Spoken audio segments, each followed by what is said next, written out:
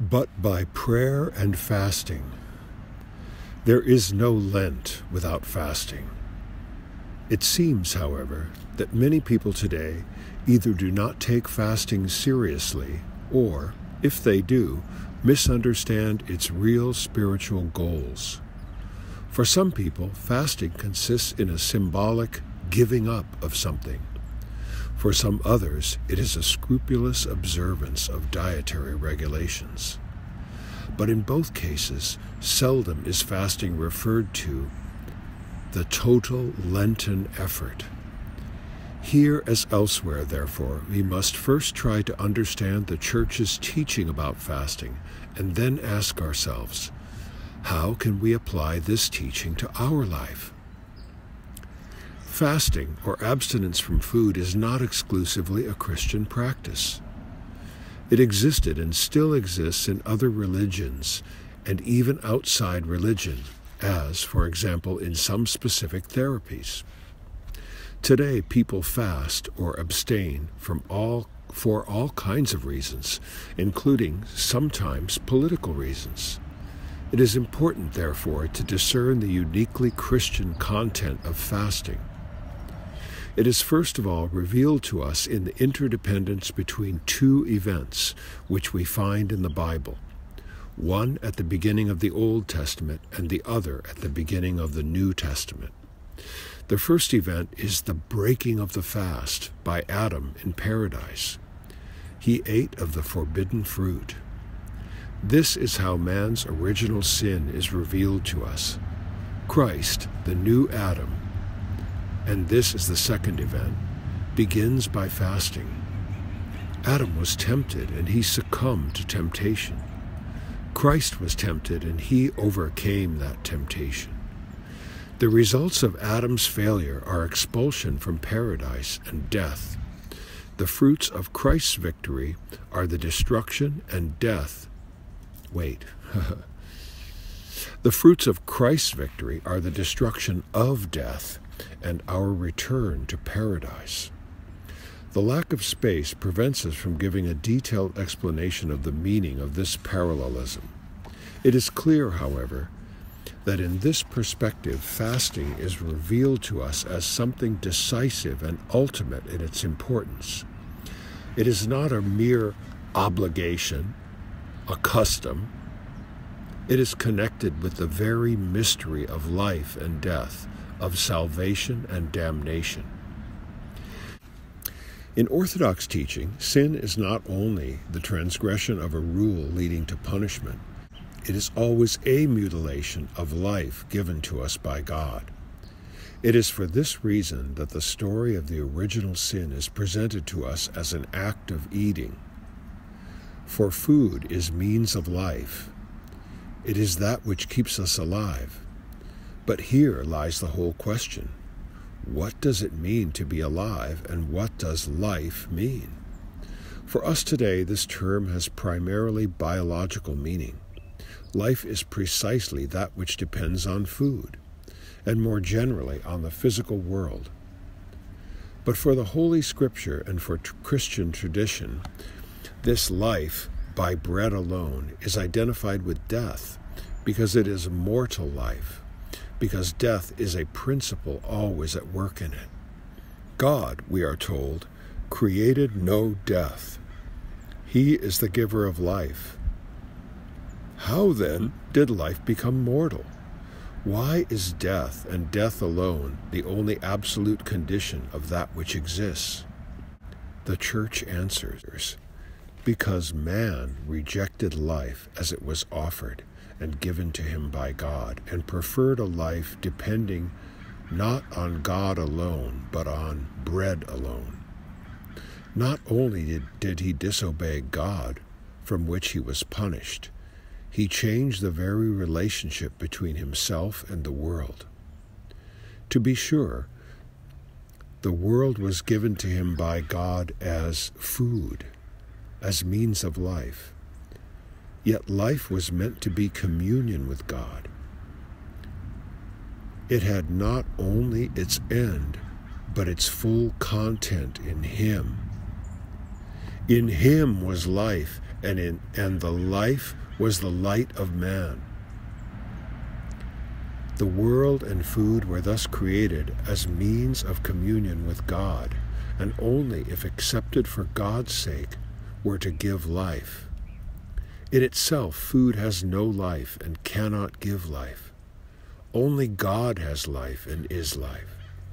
In food itself, God, and not calories, was the principle of life.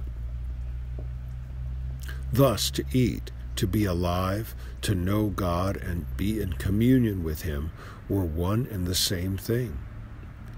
The unfathomable tragedy of Adam is that he ate for its own sake.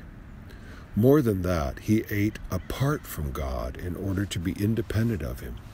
And if he did it, it is because he believed that food had life in itself, and that he, by partaking of that food, could be like God, that is, have life in himself.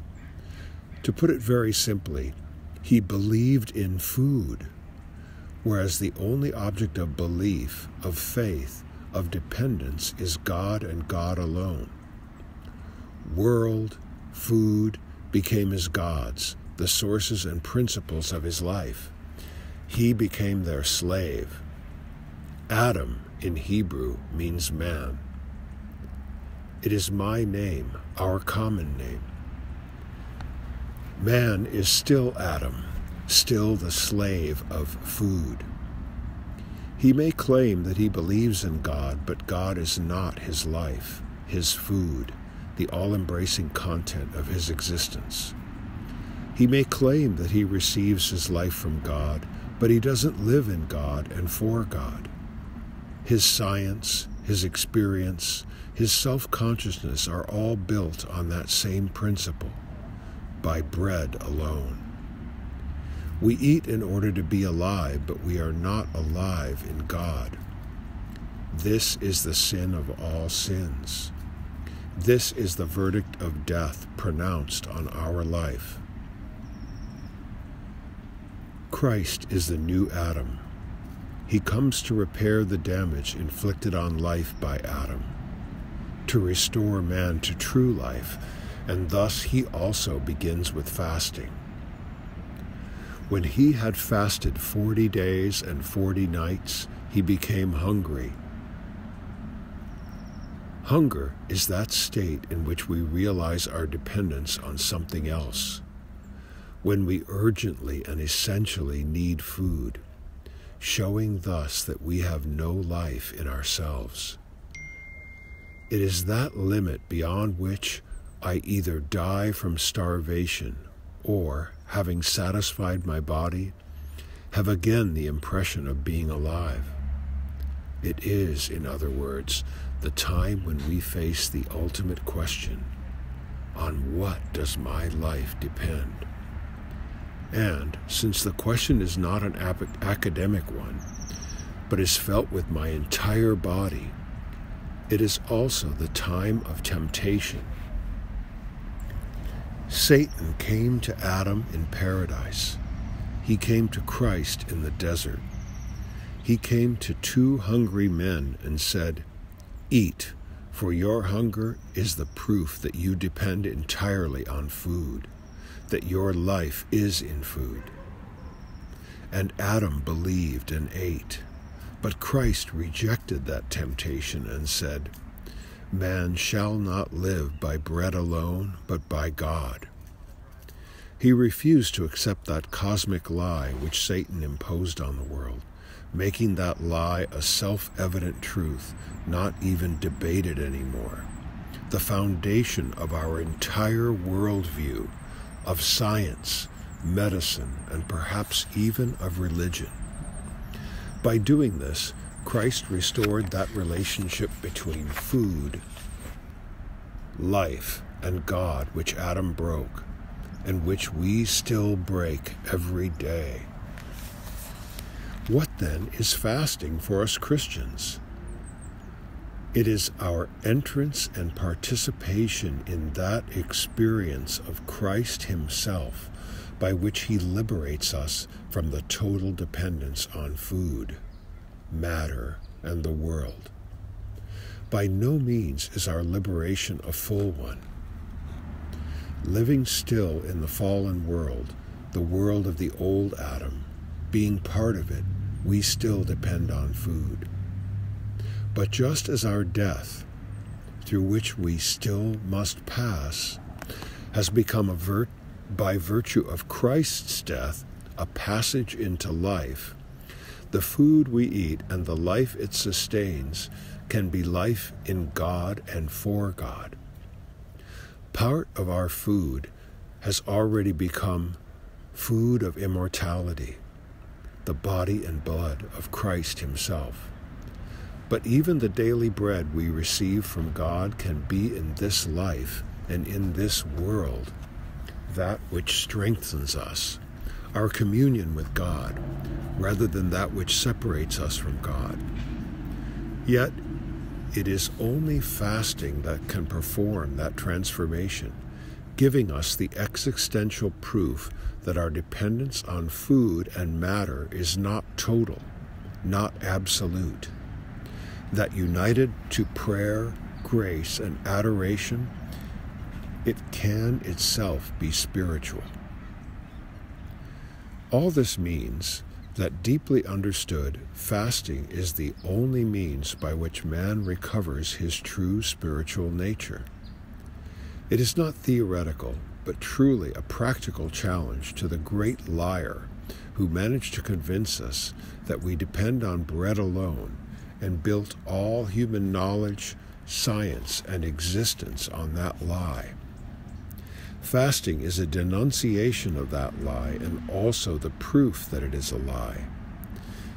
It is highly significant that it was while fasting that Christ met Satan, and that he said later that Satan cannot be overcome but by fasting and prayer. Fasting is the real fight against the devil because it is the challenge to that one all-embracing law which makes him the prince of this world. Yet if one is hungry and then discovers that he can truly be independent of that hunger, not be destroyed by it, but just on the contrary, can transform it into a source of spiritual power and victory, then nothing remains of that great lie in which we have been living since Adam. How far are we by now from the usual understanding of fasting as a mere change of diet, as what is permitted and what is forbidden, from all that spiritual hypocrisy? Ultimately, to fast means only one thing: to be hungry, and to go to the limit of that human condition which depends entirely on food, and, being hungry, to discover that this dependency is not the whole truth about man. That hunger itself is first of all a spiritual state, and that it is in this last reality, and that it is in its last reality, hunger for God. In the early church, fasting always meant total abstinence, a state of hunger, pushing the body to the extreme. It is here, however, that we discover also that fasting as a physical effort is totally meaningless without its spiritual counterpart. By fasting and prayer. This means that without the corresponding spiritual effort, without feeding ourselves with divine reality, without discovering our total dependence on God and God alone, physical fasting would indeed be suicide. If Christ himself was tempted while fasting, we have not a single chance of avoiding that temptation. Physical fasting, essential as it is not only meaningless, it is truly dangerous if it is disconnected from the spiritual effort, from prayer and concentration on God.